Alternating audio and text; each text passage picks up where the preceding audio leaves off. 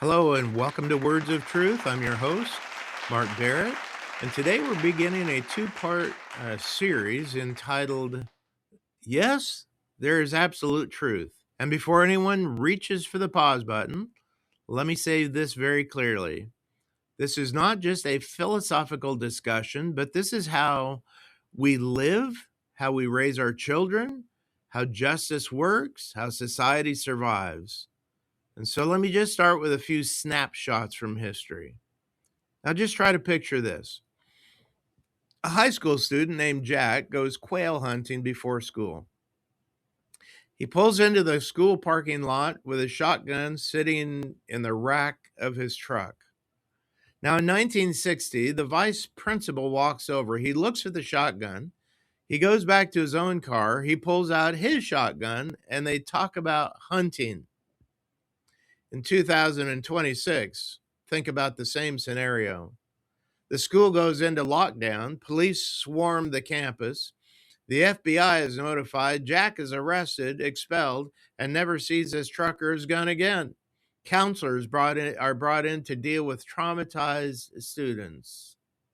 Here's another scenario. Two boys, Johnny and Mark, they get into a fist fight after school. In 1960, a crowd gathers. One wins, they shake hands, eventually they become friends.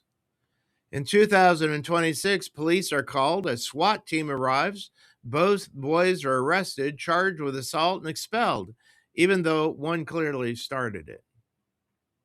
Here's another one. A student named Jeffrey can't sit still. He disrupts class.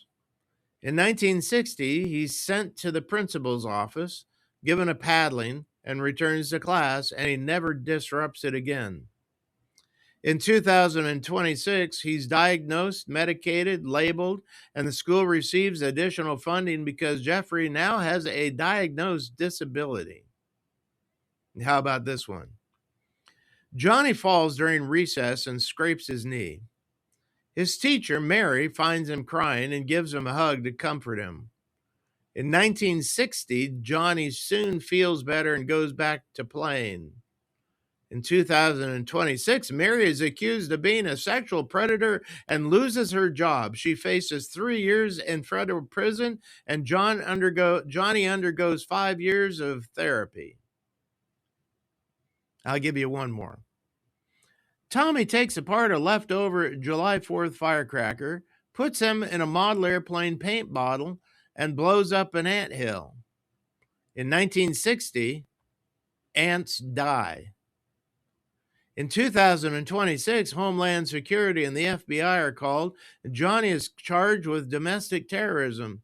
Teams investigate parents. Siblings are removed from the home. Computers are confiscated, and Johnny's dad goes on a terror watch list and is never allowed to fly again. Now, listen, you might chuckle at those examples and think that they're exaggerated, and for the most part, they're really not, because I kind of lived through the 1960s. But beneath them is something very deeply and very serious.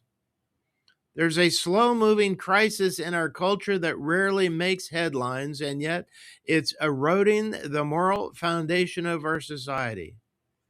So, what is it? I'll give it to you in 2 words: moral relativism. Moral relativism is a belief that there is no absolute truth, that right and wrong are determined by culture, feelings, or personal preferences. It often travels under a more attractive name. We like to call it tolerance. We're told what's true for you isn't true for me, and that no belief system is better than another, and that nobody has the right to say someone else is wrong. And on the surface, that might sound loving, but here's the problem with that: moral relativism can't survive its own logic. According to surveys taken in North America, 3/4 of adults reject the idea of absolute moral truth. Over 80% of teenagers believe that morality is situational. And only 6% of teens and 9% of born again teens believe in moral absolutes. Now, that should really alarm us. And so, why is moral relativism intellectually and morally bankrupt? Well, first, because it demands that we accept contradictions as truth. Let me give you an example. Jesus said in John chapter 14:6, I am the way, the truth, and the life, and no one comes to the Father except through me. In other words, Jesus said that he's the only way to God. On the other hand, other world religions openly claim Christianity is false. Now, here's the problem. They can't both be true. You see, truth is exclusive by nature. Two contradictory claims cannot both be right, not logically, not morally, not spiritually. Jesus did not say, I am the truth for Western cultures, or I am the truth for people who agree with me. No, no, no. He claimed universal truth. And here's something even more important. Just because truth may be difficult to discover does not mean it doesn't exist. But there's an even deeper problem here. If there is no absolute moral truth, then there is no moral foundation at all. Let me illustrate that truth for you. Let's say that a thief is casing a jewelry store so that he can rob it. He goes into the store to check out the alarms and the locks and the layout, etc. And while he's in the store, he gets into a discussion with the store owner about philosophy. And the store owner tells the man that he believes truth and morals are relative. He doesn't believe in absolute truth.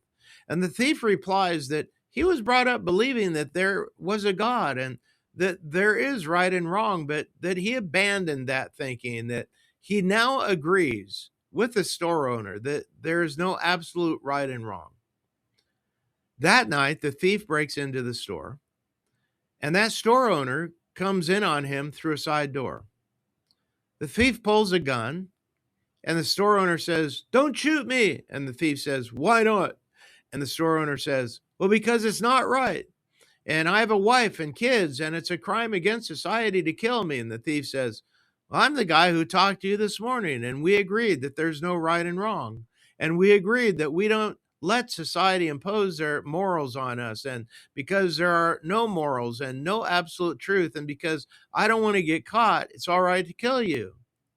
And he shoots the guy. You see, that's the outcome of there being no moral absolutes. Ultimately, there is no way to judge whether something is evil or not, because that would be making an absolute moral judgment.